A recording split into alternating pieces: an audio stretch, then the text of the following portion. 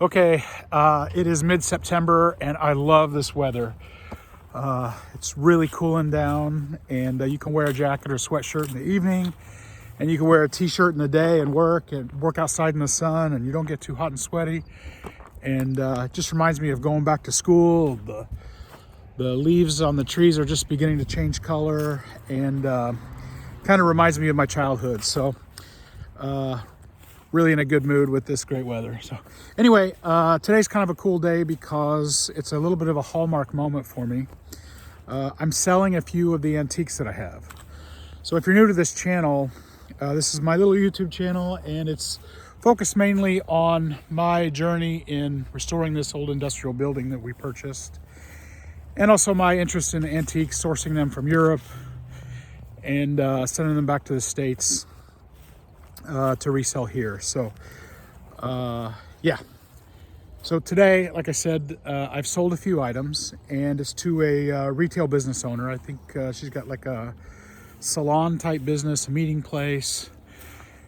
And retail customers are the best because they recognize the value in what you have. They're willing to pay for the value, and usually they'll buy more than one piece, and they have a vision for what they're trying to do, and just overall great customers to work with. So I'm gonna go now inside the building and start to pull out these items that I've sold, and some of them I'm kind of attached to. So they're all from here in the States. I've collected them over the last few years, and because they're sitting in the building, they're really dirty, really dusty, and I've got to get them out and get them sprayed off and get them presentable, because tomorrow we're taking them to like a staging area where they're gonna do a little refurbishing of their own, and get them prepared to present in exactly the way they want to present them for their own business. So yeah, why don't you come with me? Let's check it out. So all of the items that were purchased are metal, and I'm going to take them to the car wash and spray them. And I'm able to do that because I use something called flood penetrol. And basically what that is you can get it at Home Depot. It's an additive to the air paint guns, and you add it to the paint to make it flow more evenly through the nozzle. So, but it's clear, and I don't mix any paint with it. I just take a brush and brush it on because it's ultra clear. It's designed for paint, and it's self-leveling, so you can actually paint downward on it. You can lay it on a flat surface and paint down, and it will level out, and it seals everything in. And well, let's see if take a quick glance at the back. You can see it's got a really beautiful patina, and it doesn't rust because it's all sealed in. So yeah, we're gonna go to the car wash and spray it all down. This is the first item. Okay, so here's the next item, and I think this is like a Machinist workstation, or I think it was in an old gas station. That's what the person told me who I sourced it from. And it's got all kinds of like raccoon mess and stuff all over it, so that kind of goes with storing stuff in this building. But it's really cool. It's got an amazing dust covered patina on it, and okay, so here's the next item, and it is a Machinist workstation.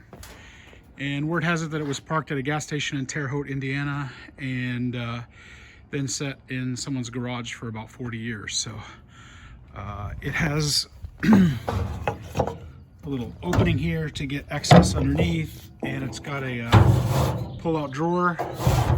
And at some point there was some kind of a sign or a piece of advertising here, so it's a shame that's gone. But it has a really cool green patina. This metal top I did cover with the flood penetrol as well, but this raccoon mess is looking pretty horrible right now. So hopefully the power washer at the car wash is gonna remedy that post haste. So this is really unique too. Really like this one. Sorry to see it go as well. Okay, so our third item is also another really cool item that I'm sorry to let go of, and it took me forever to find out information on this thing. It's called a Buckingham rack, and it was made in Chicago, Illinois. It says, I don't know if you can read it. There's a lot of dirt on there right now, but it says that it was made in 1912. And usually you can find on eBay Buckingham rack, and you'll just see a little segment of these that would mount to the wall. But this is a full rack on a very industrial stand, and they really overbuilt stuff back at the turn of the century. This is amazing. So these are highly collectible and very rare. It's not very likely that if you look up Buckingham rack, you'll actually be able to find one of these complete. So very rare, very cool. And I think she said that she wants to hang hair extensions on here.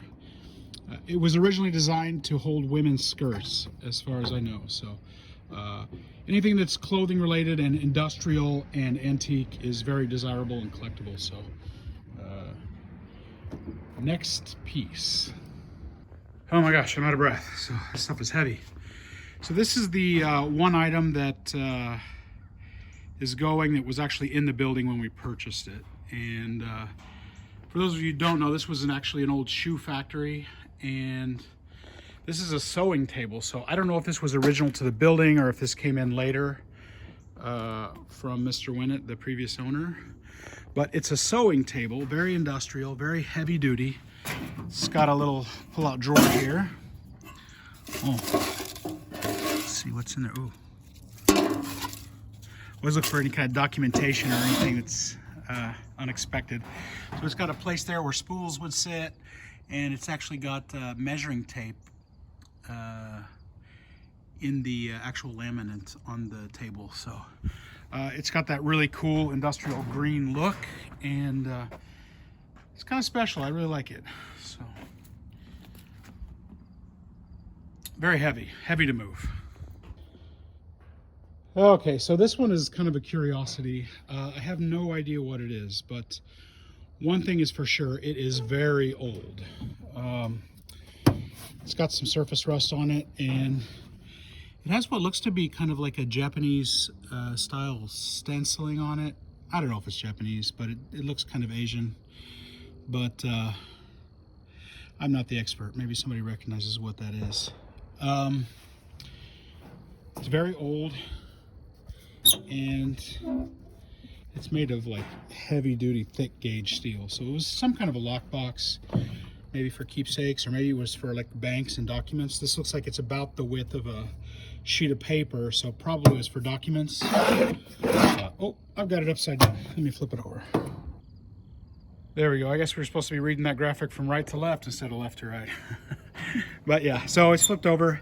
It's got some pin striping on it, and there are some wooden shelves inside. So what are the age of those screws? Those look like even the, oh, can't get focus on that, but old screws, and just kind of an interesting little piece. So just on a side note, this is a piece that's not going, but it's a wood table, and there was a table saw which is actually going in our auction, and we removed that, and I think I want to put a concrete countertop on it, and then a lamp in the back that's going to be permanently mounted with this switch here. So this drawer was actually to catch sawdust in from the table saw, and I think this was for extra blades and stuff. So but it's a really cool little table, and it's going to be amazing when it gets that concrete top on it. So as for these things, let me take a last look at this old firehouse locker. It is really difficult for me to let these go. Oh my gosh. But I guess the takeaway from it is that somebody else is seeing the value. Oh, don't mind my mess. I've been throwing cardboard out of the top. Gotta get rid of that. But somebody else is seeing the value in this stuff that I'm salvaging. And, you know, the problem is that forget about garage sales.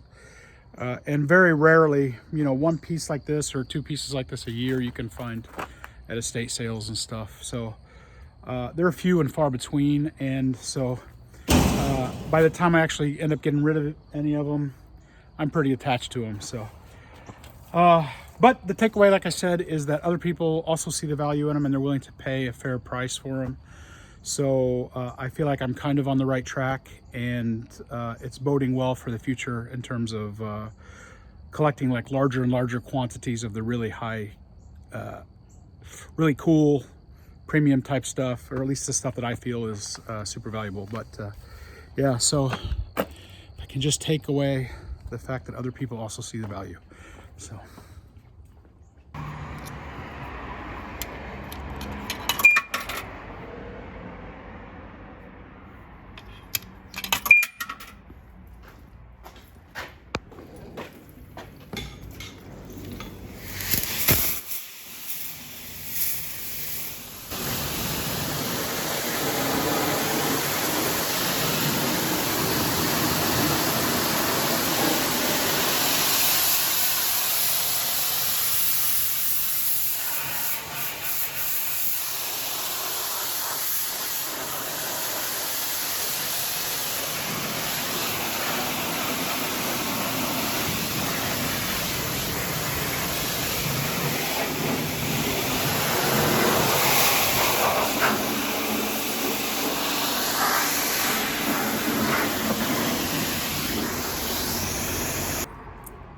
$1 in quarters is no match for the resiliency of the dust of the Brown Shoe Company building. So let's go for dollar number 2.